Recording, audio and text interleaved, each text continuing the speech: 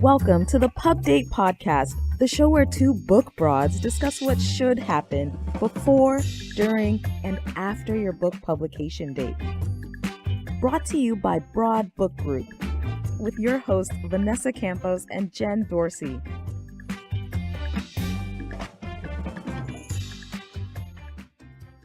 Hello. Happy Friday, Vanessa. This is the second time I've seen you today. We're recording a lot today. How are you?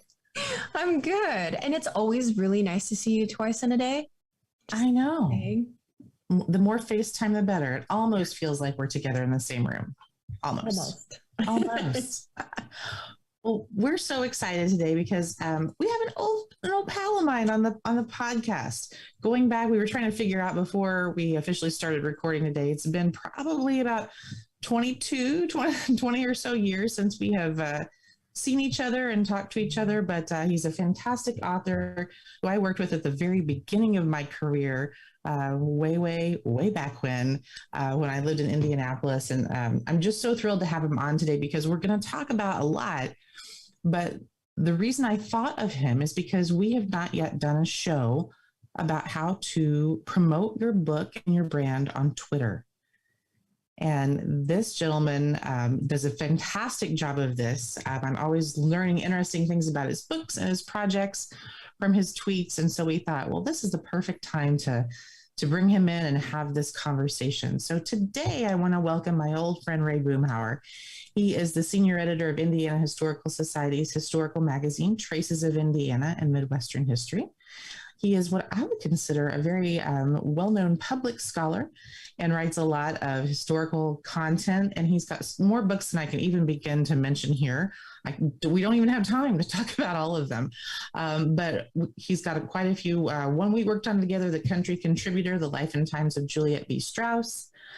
He has got a fantastic book out about astronaut Gus Grissom, The Last Astronaut. And I can't wait to hear what else he is working on. Ray, welcome to the pod. Jen, it's good to see you after nearly more than 2 decades, and good to meet Vanessa as well, and happy to be on your program today. Oh, thank you. It has been a minute. And when I had a few flashbacks talking about the Juliet Strauss book and all the things we worked together when you published books with Guild Press of Indiana, which is long since gone, but has a wonderful legacy. A lot of great Hoosier authors came up through that program. And we owe a lot of thanks to Nancy Niblack Baxter, who was the founder of that and the driving force behind really pushing a lot of great Indiana-based content, right? She did, and she's still around. I believe she's still publishing Indiana content-based books, but it shows what you can do as an author if you're not afraid to kind of go outside the regular system. There are ways to get your manuscript published if you just look in the right places, and that's what's happened with me in my career. I've been able to flit around from regional historical societies to small local presses like Guild Press was, to nationally based presses such as History Press. And I've also had some good luck in dealing with academic publishers, both Indiana University Press here in the Hoosier State, and I branched out all the way over to the University of New Mexico Press with my latest book. Wow, you cover all the bases, don't you? I try to, yeah. It shows you that, I've been able over the last 25 years to publish 18 books, and did so for the most part without an agent until very, very recently. And so I think that's a good indication of what you can do if you can just find the right niche for yourself. Absolutely. And so tell us a little bit more about your niche and what it involves. I mean, I obviously know your background, but our listeners don't. What is it like to do the kind of work that you do that kind of toes that line between academic writing and historical writing and kind of a popular biography sensibility? I mean, what do you do and what's it like? Well, for the past 35 years now, I've been at the Indiana Historical Society, and since 1999, I've been editor of Traces magazine. And that's really where my story starts when I get into writing history, because I was encouraged way back in 1989 by Trace's first editor, Kent Calder, to do some writing for the magazine. I started out my writing career as a reporter, but quickly then moved into history after about 4 years, working for some small town Indiana newspapers. And I found that I really love writing about regional history, particularly about notable people from Indiana. And that's where I was able to really get my writing career started. I started out in 1997 with my first book, which was kind of an outgrowth of my master's thesis on an Indiana historian named Jacob Pye Dunn Jr. And from there, I kind of concentrated on notable people from Indiana for quite a while. And only recently I branched out to writing about figures from history from other parts of the country as well. That is fantastic. I love to see the trajectory of where you started and where you are now. And that career just continues. I can't wait to see where you go next. What is, we want to kind of dive into the promotional piece a little bit too here, since that's our topic for today, although I could talk history with you all day long. So let's talk a little bit about what you do on Twitter. I think a lot of people, when they're talking about promotion, they might be a little hesitant about using Twitter because they don't quite know how to capture an audience there, or they tell themselves, well, I'm not an influencer, I'm not famous myself, so therefore, should I even be on there promoting myself and my brand and my book? Talk to us a little bit about how you stepped into that social platform as a tool for promotion. I use Twitter in two ways. One, I always am fascinated by the writing process and about how other people approach what they do as far as writing books or magazine articles. And so I always like to have some kind of writing advice from, on this day in history, like this writer was born, here's what he or she said about the writing process, giving tips on how to get yourself going when you're approaching a book project. And then, of course, I use Twitter to promote my own publications.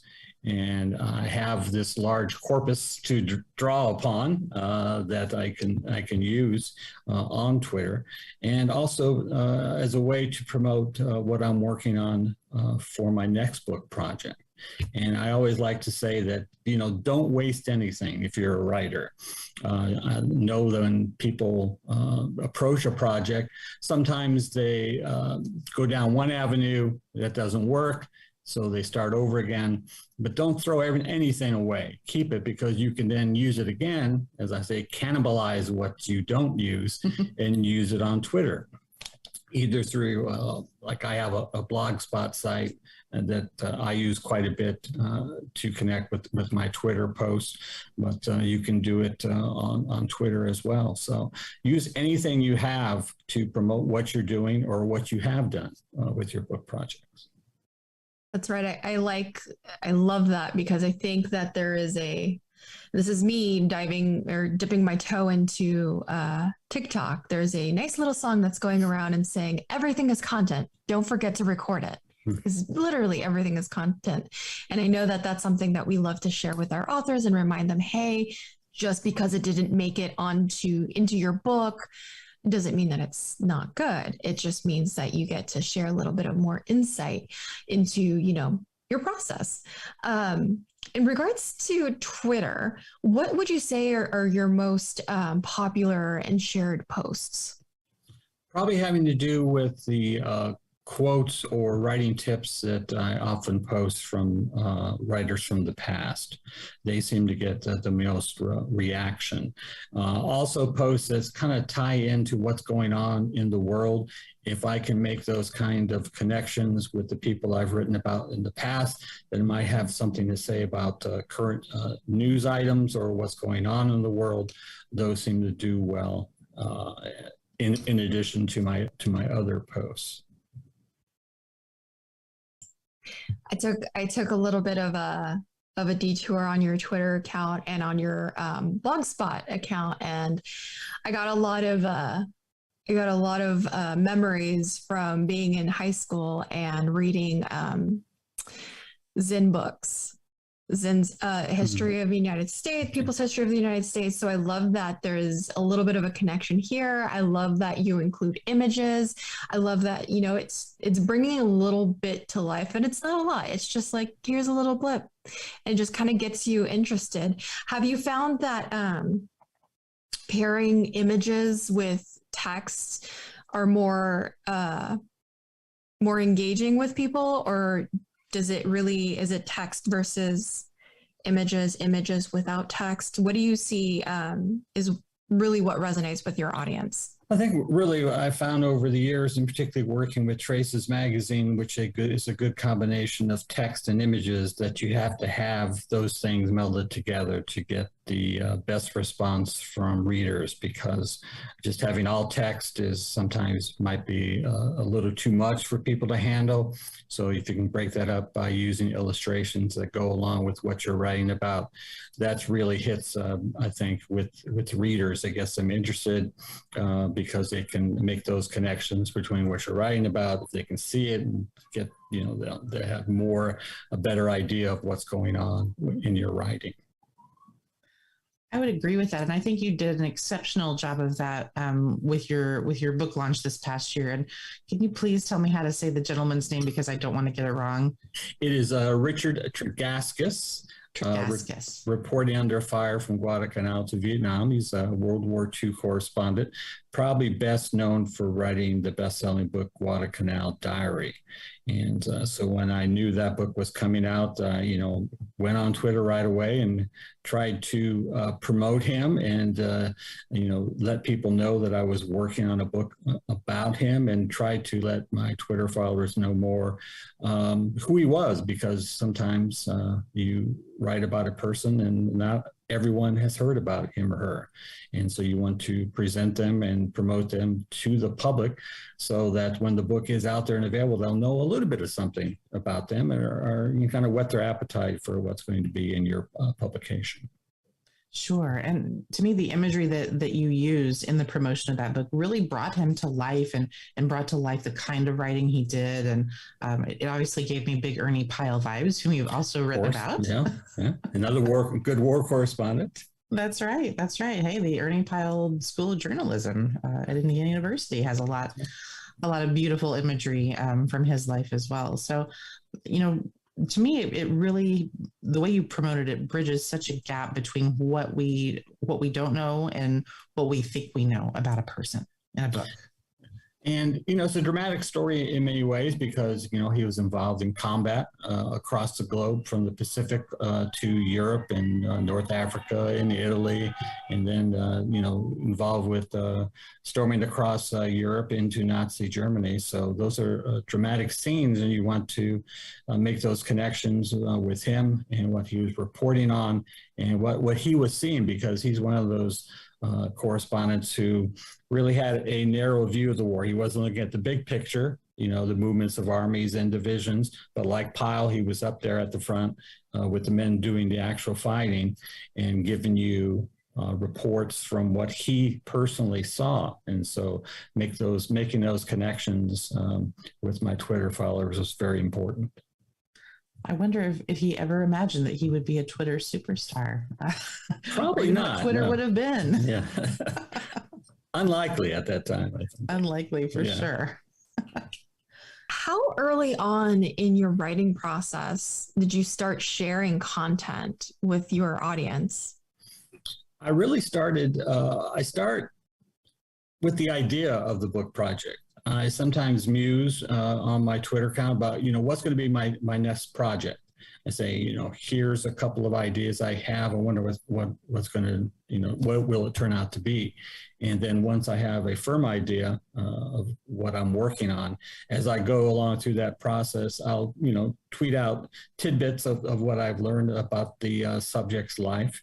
I did that for the Tregaskis book, and I'm also doing it now for the project I'm working on for the next book I have with the University of New Mexico Press on a another journalist, this one named Malcolm Brown, who was the AP bureau chief in Saigon in the early 1960s. And he took that famous photo of the monk who set himself on fire to protest the Buddhist crackdown in Saigon. So once I realized I was writing about him, I started tweeting out, little quotes from Brown's life about his experience in covering war, what it was like for him, what it was like overseas in Saigon in those early days of American involvement in the war.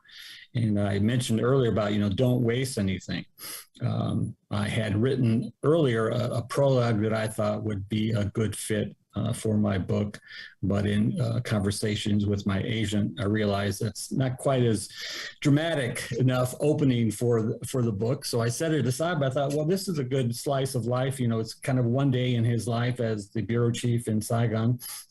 Why not, use that on my blog so that people know, what his life was like as a reporter in a war zone. So I was able to use that and get people more interested about him and his life. Tell us a little bit about something I saw you do with the so I'm going to butcher it again. With the Richard book. Talk to us a little bit about how you incorporated giveaways into your Twitter strategy, because I noticed that you did that from time to time. You sometimes you use I think trivia questions to do it, or talk to us a little bit about that strategy. Did it work for you? It worked. It got some good feedback from my Twitter followers. They were very interested in trying to win a copy of the book, an autographed copy. I always make sure it's an autographed copy. Sure. But trying to tie it into events in his life, battles he covered, anniversaries of battles he covered, his birthday, his death date, any kind of a special event like that that had a direct connection with his life. I tried to come up with some kind of a giveaway of the book when it came out to just keep interest alive in that book and let people know more about him. And that's why I use trivia questions, because I figured that if I ask just not quite too hard but not too easy a question, it will get people at least doing some kind of internet research, and maybe then they'll learn more about the subject or the battles that he covered. They'll learn more about American history, which is always good. It is good. And I feel like it's a real community building thing too. Aside from just selling books and getting the word out about books, you're building a group of people who are, even if they are not familiar with this person, they're learning more, they're becoming a part of your community of historians and readers. And that's something else I wanted to touch on with you. I think you do a really great job of communicating and interacting with other people on Twitter who are, sometimes well-known and out there building their own brands.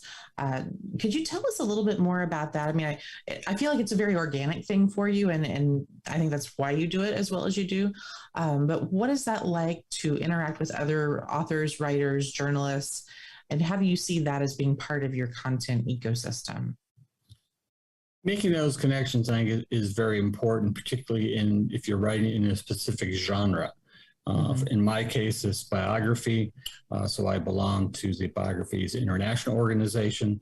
And because I belong to that group, you're making all these kinds of interconnections with other people doing that, writing in that same subject area that you're writing in. So that's always important. I was able to discover Carl Rollison, who is very engaging on Twitter himself about what it's like to be a biographer. Often gives tips about writing a biography because I'm very interested in journalism. I follow a lot of current reporters and freelance writers as well. Stephen Roderick is a particular favorite of mine. He's a national reporter for Rolling Stone magazine, and he's always great in letting his followers know where he is in the country, tracking down a variety of stories, and you can get a glimpse into what it's like trying to make a living as a freelance writer. So those are a couple people that I'm very interested in. And because I'm also involved in book publishing, I follow Ann Trubeck, who's the head of Belt Publishing, a regional publisher based out of Cleveland. And she also has a newsletter that gives you some great insight into what it's like to be a small publisher and the hassles and the triumphs and the tragedies involved in trying to make a living in the book publishing trade. So she's been a great find and something that I find very enjoyable because, you know, we're kind of kindred souls. We're both involved in that niche area of publishing. I'm going to have to add her to my list then, because we certainly know a thing or two about navigating That's that right. world as well. Already jotted their name down. My question for you is, and I picked up on this earlier, that you mentioned regarding sometimes you don't need an agent to pitch your book. And I think that is something that maybe some people know, maybe some people don't know that you even need one. But it got me thinking about book publishing in general. And we all have different roads that brought us here. But I'm wondering, Ray, what is the one thing that you wish you knew about book publishing before you even got started? I think the fact that just because your book is not published by a big name trade press out of New York City, you can have a very good career as a writer and have your name known by at least a small group of readers who will follow you and will continue to buy your books and spread the word to their friends and families about you, and that you can have a name in publishing without necessarily being known on the East Coast or the West Coast or wherever, but you can make a name for yourself right here in the Midwest and in the middle region of the country. And you're not necessarily going to make a lot of money. As I always tell people, don't quit your day job. I certainly haven't. I'm trying to juggle, a full-time job with also my life in writing as well. So it's a tough trade-off sometimes, and you're going to have ups and downs in your writing career. But if you stick at it, I think you'll make it. Well, I certainly think that you have made it, Ray Boomhauer. I'm looking at this list of books, and I'm just so happy for you and proud to know you. And you've just done wonderful, wonderful things. Which is why I'm gonna ask you for some advice for our listeners. What would you like to leave people with, knowing that promoting your book and being a part of a community on Twitter or any social platform for that matter is just a part of what we do now to sell books and to be a part of this writing community? What are some of the top tips you would give to people who would like to step into this kind of environment? Well, be willing to broaden your horizons. It's not all just social media. It's not just all TikTok or Facebook or Twitter. Sometimes you're going to have to get out and hit the road. And it's been difficult, of course, the last couple of years due to COVID. But throughout my career in writing about Indiana history and other figures in history, I've been willing to go out and do presentations to the public on a variety of subjects that I've written about. And really, I found that no venue is too small for me. That don't forget about, social organizations like Kiwanis, the Rotary. Don't forget about small public libraries in your state. If you're writing about history, remember that there are, regional historical organizations, there are small museums, there are house museums. There's a variety of locations out there that might be more than willing to host you and to talk about what you've written about. And at least you can, you might not get a big crowd, but your name will be out there, and maybe you'll be able to sell a few books in the process. Absolutely. Hey, that's the way we used to do it all the time, right? I mean, we didn't even have social media when you and I first started our careers and got into this crazy business. It was media packets and hitting the road and calling the local radio and TV stations and hoping for the best. And also, don't be discouraged, because you're going to be discouraged in this trade. Right. When my first book came out, I was very excited because I had my very first ever book signing at the old Borders Bookshop in Indianapolis. And I went there with high expectations of selling, a few copies at least. But unfortunately, in that 4-hour period I was at Borders, I didn't sell any books. And the most questions I got was, where the bathroom was. So be ready for a little disappointment and heartbreak early on. Yes, it's part of the deal, right? It's part of the journey. Part of the job. I love it. I love it. Well, we are just thrilled to have had you here today, Ray. How can people get in touch with you if they're interested in Traces or any of your books, or just all the things that you have going on? Well, on Twitter, I'm at Ray Boomhauer. You can find me also on my blog site at rayboomhauer.blogspot.com. And my email is available through that site. And so I'll be happy to talk to you about if you have an idea for Traces. I'm always willing to listen to potential writers. Great. Well, thank you so much for being here today. We want to also thank our producer, Paul Roberts of OC Talk Radio, and our executive producer, Emily Carpenter-Polskamp of Little Red Communications. We'll see you next time. We hope that you gained some valuable insights into the world of book publishing.